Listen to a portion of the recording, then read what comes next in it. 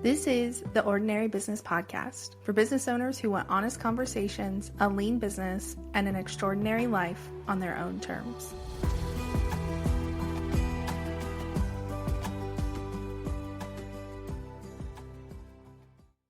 Michelle, where's your favorite place to run? Honestly, right outside my house. I'm going to be real. I'm super lazy, and I always believe in taking the path of least resistance, especially if you're doing something so hard, like a physical activity. So if it's going to take me a drive or a subway ride to get to a park to run, I'm not going to do it. So I always run like right outside my house, or at the most like a 1-minute walk away to the closest park. I totally agree with the path of least resistance because agreed, like if I'm going to have to drive or whatever, I'm more likely to say, oh, I don't really have time for that. Yeah, and the beauty of running is that sometimes you can just go for a 20-minute run and, it's done. Yeah. Okay, so we are talking about running and how you added movement back into your day. But before we do that, can you introduce yourself and tell us a little bit about what you do? Of course. Hello, everyone. I'm Michelle, also known as by Hello Lemon on Instagram. I am a social media content strategist, mainly focusing on Instagram. And my whole shtick is to help people, especially people who have turned their skills into a business, make content that is fueled by purpose, not pressure. We all know how crazy social media marketing can get, and my philosophy is to always infuse a bit of you into the way you market it so that it feels a lot more natural, a lot more intentional, and a lot more joyful to keep up with. Yes, we all need more joy in that kind of thing. So I love Mm-hmm. that. Okay, so when we were talking before we started the podcast, you said you used to be super active before starting your business. And then that habit kind of fell off, which happens. You're not the only one. But I'm curious, what made you decide, okay, I want to start building movement back into my day? Just to set some context, movement has always been a huge part of me. Before starting Hello Lemon, I used to work for a Pilates studio where I practice yoga and Pilates. So it's kind of like, I like to think that I got promoted at the practice because I went as a client and then somehow it turned into me being their head of marketing. So movement was very much a big part of me. And not just like yoga and Pilates, I was also a cardio junkie. So I would go to 4 spin classes a week, sometimes even back-to-back classes. It was wild. But that was when I was in this 9-to-5 life. So it was super easy to kind of balance that work Michelle versus that real life Michelle. Once I'm off work, I'm going to a class. So it was a lot more for social purposes, for fun, just for, it was an activity that I enjoyed doing. This entire part of me dropped off the moment I started my own business, because not only was I working from home, so you're always in this same space. It's hard to disconnect what life is and what work is. And at the same time, as a solo entrepreneur, I am the business. So it was hard to find that separation of who I was at work and who I was outside work. So it was rough the first year. I'm much better at it now that I'm longer into it. But I think the moment that made me realize that something has got to change was after my first year in business. I lost a lot of weight, and it's not like the good kind of weight loss, it's the unhealthy kind of weight loss. Looking back in the past year, I also couldn't remember anything else that I did outside work. With when I was spinning a bunch when I was younger, I would remember oh, I met all these friends at spin class, or I unlocked 100 classes this year. There were so many milestones that I could attach to something outside work. But after my first year, I had nothing outside work milestones. And I missed this part of me. And that was when I also realized that not only do I need to start moving again for the current me, I'm also getting older. I'm in my 30s now. And I need to start thinking about longevity. How do I want to feel when I'm much older, when I'm, retired? How a lot of our decisions today when it comes to movement and physical activity influence how we feel 20, 30 years from now. So then all these questions started coming up. I'm okay, I need to get I need to get back into shape. I need to bring back that routine.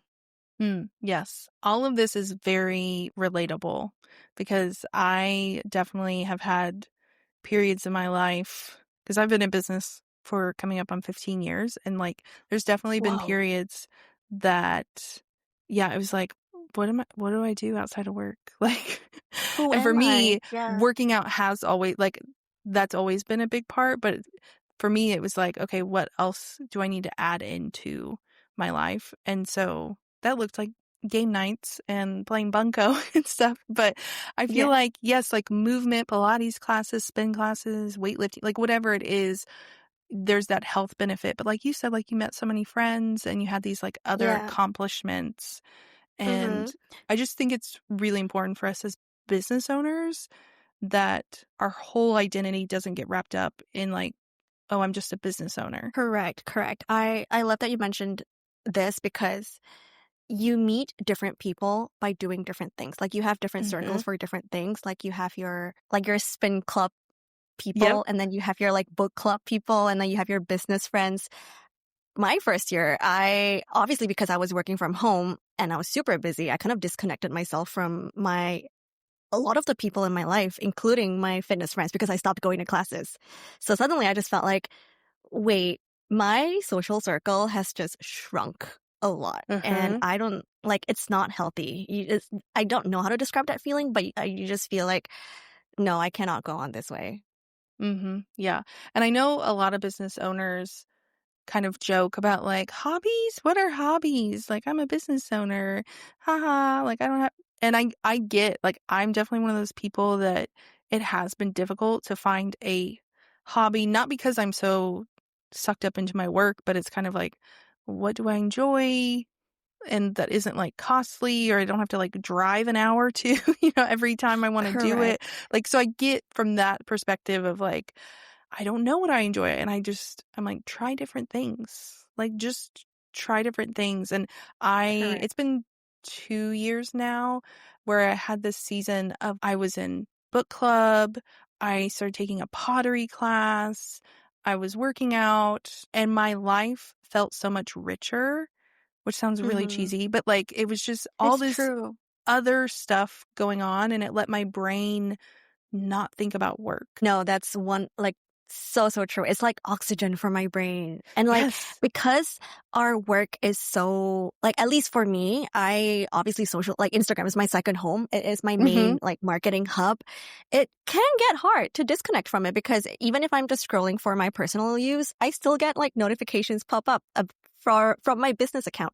So it Mm-hmm. can be hard to truly disconnect. And one of the ways I have truly disconnected is by working out, going to a Mm-hmm. class. And I feel like we can touch on this later, but you mentioned, a lot of people think that, oh, it's just like people say that, like, it's a hobby. We don't have time for that.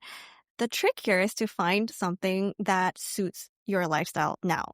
So what I mean by Mhm. that is I used to do a lot of yoga and one yoga class is 60 minutes. I do not have the patience for a 60-minute class anymore. So Yeah. what I've done is, which is what the topic that we're focusing on today is running. Like I've discovered running and you'll be surprised at how much you can get out of a 20-minute or a 15-minute run. Mhm. That just shows you that you don't have to go, like you don't have to sign up for a class. You don't have to pay for that expensive class. You don't have to drive there, like all these things that hinder you from going. If you're the kind of person that cannot commit to something like that, then find something else. I think that's a really good tip. I'm curious, as you started building movement back into your day, what's been like a fail or like, this just did not work attempt that you made like while trying to stay active? Ooh. When it comes to working out, a lot of people suggest that you find an accountability buddy to do it with you, which is true. If I make plans with a friend to go to a Pilates class on Sunday, it's fun. Like you do a class, you get coffee, like it's a whole thing. But when it came to running, I realized that this strategy totally failed for me. One, because I am an introvert. So when I'm still starting out in terms of like this whole running thing, I know that I'm not good yet. So like my pace is not even good. I don't even know what zones my heart rate is in, but apparently that's a thing. So because I'm not good at it, I'm not going to reach out to somebody and ask them to run with me because then it's just so much more pressure on me. So this whole finding somebody to be your accountability buddy thing doesn't work for me. And another reason is it also depends on who you ask. My husband, who I live with, is the real kind of runner. Like he does marathons and things like that. So naturally, obviously, he's my default buddy to run. But because he's my husband, I don't feel shame or anything if I chicken out from our plans. So it's easy for me to be like, no, you go. I don't want to go because I'm not scared of him, right? So that completely failed for me. A lot of people, especially in the running community, it's fun to run with a friend. It's like, you chat and then you run. Like, it's a whole thing. I've tried it once. It just didn't feel nice for me. Like, Yeah. it was more pressure than anything. So that completely failed because then I realized that I only had myself to depend on if I wanted to make this a habit. Yeah, so that was rough. Like my first month, I was like, why is everyone making all these plans? Like run clubs are a thing. Like everyone's doing this as a community, but then it's not fun for me. Yeah. This episode is brought to you by the Bold Bots Club, created by Joyce Hamilton of Only Boldly. Joyce helps women in business do more by doing less using AI. Inside her membership, she teaches you how to build and monetize your own custom GPTs so you can save time and add new income streams. Learn more at boldbotsclub.com. I totally get that. I would not like running with someone because I don't run anymore. I did some running in the past. Like I've done 2 half marathons. But it's been a long time. But I'm very slow. So I do not like running with people. In my efforts to get serious about running, I joined a community 5K. In their marketing, they said that there's no pace. It's going to be super chill. This is all for fun. So I was like, okay, maybe this is my calling. Like maybe this is it. I went and I couldn't keep up. I chickened out. It was a 5K run. I chickened out after 2 kilometers because like the gap was getting bigger and bigger. And I felt so embarrassed because I was the only one that was like, can I go back and like grab my stuff? Like, I think I'm done. And it was and, like they were so kind, but it felt like a slap in the face for sure. Yeah. And that's when I was like, okay, I need to work on myself first. No, I get it. One of the half marathons that I ran was very, very, very small. I was next to last. And like my running buddy was last. So I mean, I was like 10 seconds ahead of her. So I'm not fast. When I say I am not fast, like talk about I finished, but yeah. So that's the important part. Okay, the next thing I wanted to talk about is when you were like, hey, like I want to come on the podcast. You told me that you attach a plot or story to your goals, and you have like a TikTok 5K series. And I'm just curious, like, how did that idea come about, and what has it changed for you? Well, obviously, for one, I do social media for a living. Right. So this is very on brand for you. I wonder how she got the idea. No, like, so it was an obvious, like, link to why I decided to do this. I personally enjoy the content creation process, and I've always wanted to be a YouTuber since I was in high school. So I wanted a platform where I can kind of not worry too much about marketing or business things and just kind of create content for pure life purposes, like lifestyle, personality-based kinds of content. And I also wanted it to use it as a way to build my online brand. So it had to be adjacent to Instagram. Obviously, that was TikTok at that time. So I started a TikTok and I told myself, this will be where I house everything outside services, offers, marketing, business pitches, and things like that. So when I started by documenting like random things like day in the life, morning as a solopreneur, blah, blah, blah. And then I realized like, if I'm already running, this is content if you think about it. So I first started to infuse the running bit into my morning and my lives. But then I was like, wait, there is a plot here because I suck at running. I'm working towards my first 5K, which I haven't done yet. I'm still working towards it. So I was like, why don't I just turn this into a series? I do like launch series or like evergreen series ideas on my business account anyway. Why don't I Mhm. just turn this into a series? So I started doing that, which was it gave my hobby or my struggles new life because Mm. now I'm not no longer just running to I felt like I wasn't running by myself anymore. I felt like I was Yeah. kind of keeping my community, however small it was on TikTok, about the progress that I was making. And I even attached like a really fun hook to it. I always start my videos with come work towards a 5K with me as somebody who sucks at running. And this kind of removed Mm. the entire pressure on me to perform because I know I suck at running and I'm just admitting I suck at running. So it started as a fun thing. And over time, subconsciously, I started noticing that I wanted to go run because I wanted to get content for it because it Mm. was like, I Mhm. cannot leave these people hanging. So I started running more and I started grabbing more footage, so much footage that I haven't even gotten to editing because there's just so much backlog at this point.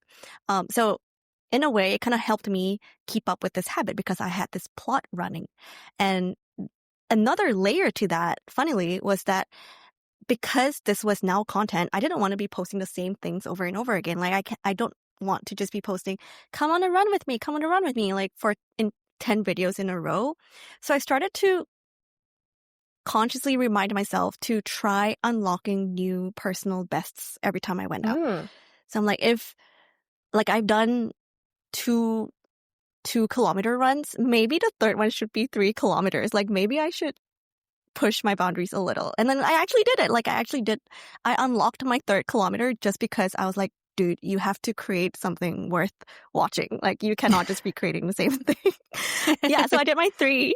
So now I'm in my 3 zone. Who knows? I might unlock a 4 next, but it's that invisible motivation that I got out of Mhm. this whole series, which I think is, and I mean, obviously we know that having a series for work purposes is great to kind of keep you accountable and help you.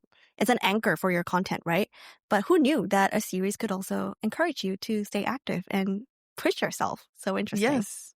Yeah, it is that public accountability. I'm curious, have you found, like, is your community on TikTok encouraging you? Have you, like, learned anything from other runners that comment on TikTok? Have you had any Okay. people who leave mean comments? The mean comments on TikTok are way meaner than Instagram.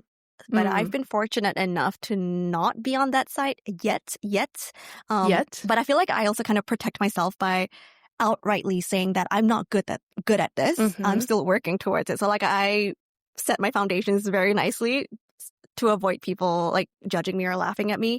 But on the other side of it, the running community everywhere in the world, not just on TikTok, like every single runner that I've met are surprisingly supportive. So it's like that was such a nice byproduct of posting these Mhm. because suddenly all the runners started coming up from the ashes. Like, oh, you run too, I run too. Have you I know this wasn't the, like, intent or purpose behind it, but have you seen any, like, increase in, like, your business page followers? Like, are people, like, somehow because we all start clicking and, like, "Oh, what's this profile?" And, like, linking like, I don't know if you even link your business, like, Instagram on your TikTok or, like, have you gotten any clients from it, like, in a weird Ooh. roundabout way? That would be ideal. I do link it because like I mentioned earlier, the goal was to build my overall Hello Lemon brand Mhm. online. It was just like a spin-off, if you will. Yeah. My username is the same as Instagram, so there I They could intentionally go want look. people to kind of Yeah. make the association. So far, no clients yet because TikTok to me is still a very casual, fun Yeah. thing. So I'm not putting any strategy behind it. My follower growth has been really slow, but it's growing. Every time I post something, someone follows, which, Mhm. what an what an obvious correlation, right? Like the more you stay consistent, the more people want to follow. Um, but no, so far no. But what is interesting is whenever I do post something on TikTok about running, I like to bring that onto Instagram stories as well. So I am very active on stories, and whenever I do something on TikTok, I'll mention something like, um, "Go over to the other app for more like life bits." And every time I do that, someone will find a connection point with me, which I find super interesting. Like someone will Mhm. either say, "Oh my gosh, like this is how you make your smoothies," because some backstory, I always post a smoothie on my stories, but then on TikTok, I actually document the smoothie making Oh, process. So they're nice. like, "Oh my gosh, like I get it now. Like I get the full picture. This is so fun." Which I like that it's separate. You're still kind of connecting it, but it's not this high pressure, like, okay, I'm building this and I'm gonna like send all these people to over here. Like it feels very organic. Yeah. And I really feel like in the last year or so ish that there's been a big increase in people really wanting to know like the person behind the brand. Like I have told Correct. so many people include something about you in your content, which sounds like that statement sounds really dumb because you're like, well, I'm literally in the content. So what do you, but I'm like, Diet No. Dr. Pepper is such a big part of my brand and has literally nothing to do with website design. But like something small like that. Like I know I can't think of who it is, but there's someone that I've heard is like, "Oh yeah, that person, they're all about mac and cheese." So it's like the Yes. smoothies. And so even if you're doing that just for accountability for your own, like I'm trying to get in movement and this sounds fun and like creating content, it can still in a roundabout way, like, benefit your business too, even if it hasn't yet. I feel like it's just Yeah. helping build that personal brand on the back end.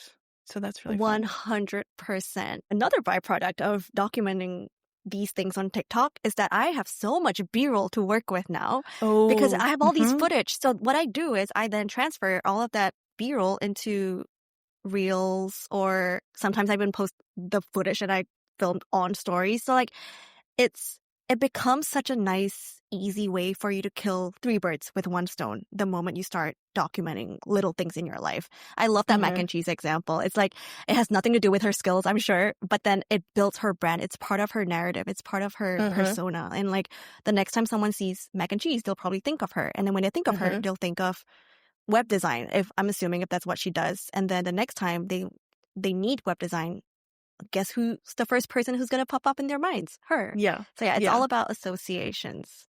Yeah, I love it. Okay, another thing that you had mentioned to me was giving yourself KPIs for your workouts. Mhm. Obviously, we talk a lot about or think about KPIs in business, but again, you're applying this to your workouts. So, curious what that looks like. Surprisingly, I don't have set KPIs for my own business, but this is 1,000% my corporate self coming into play. So we used Mhm. to have a lot of KPIs, and I thought that this would be a fun way to gamify the process a little. Maybe it just works for me, but I'm the kind of type A person that needs clarity. Like, tell me where you want to get to.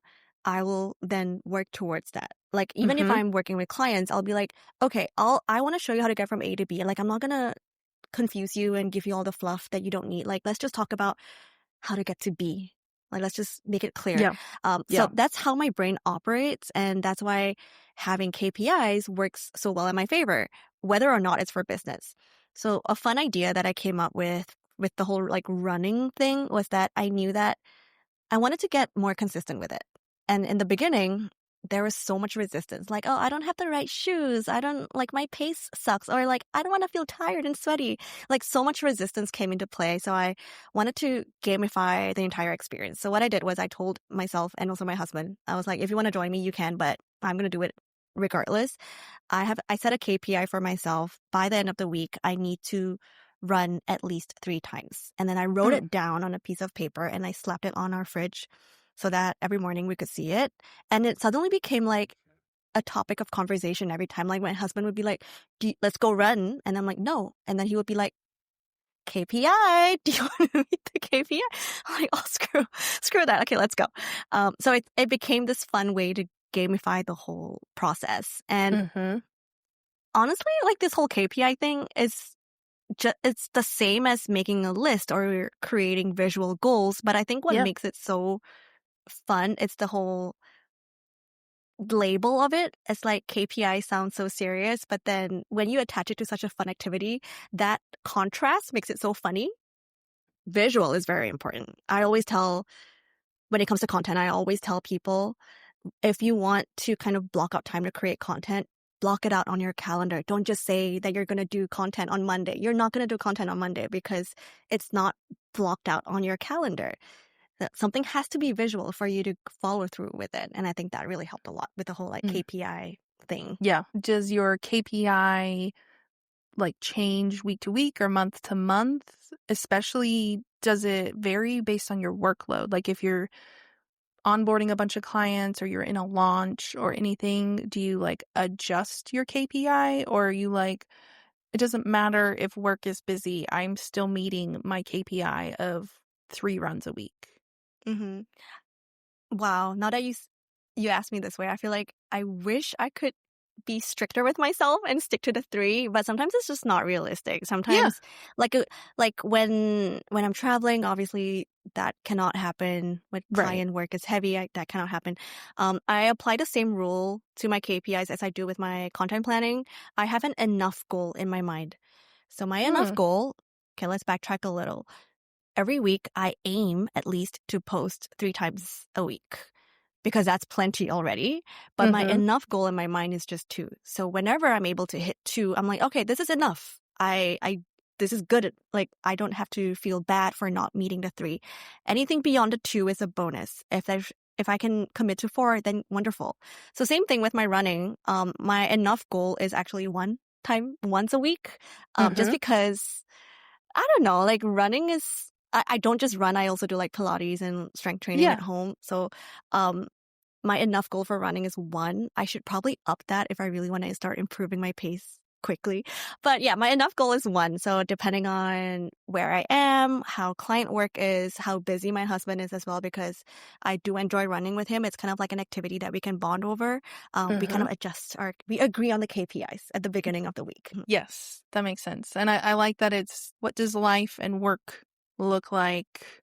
And let's set the Yeah. KPI. Because I think it's best that it really does fit into your life, because I feel like it can get really just annoying almost and lead to burnout if you are just constantly like, no, the KPI forever and ever and ever is 3 runs. Like, Oh my gosh, can you imagine?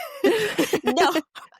Really? Y- I mean, like, that just sucks the fun out of it already. yes, Then it becomes exactly. something that you're scared about. Yeah, we don't want Mm-hmm. that to happen. Yeah. Yeah. So, well, this has been really fun. Thank you for sharing kind of how you've built movement back into your day. I feel like it's really beneficial for all of us. And so I hope this encourages people to find some kind of hobby or movement they can add into their day. But if they want to learn more about working with you, where can they connect with you online? Yeah, I am at by Hello Lemon on Instagram. My website is hellolemonmedia.com. And then if you want to check out my running stuff, I'm also on TikTok. Same thing, by Hello Lemon. I Awesome. need I more will link. followers, so please come over. Yes. I will link to that in the show notes. But thank you so much for being here. Thank you for having me.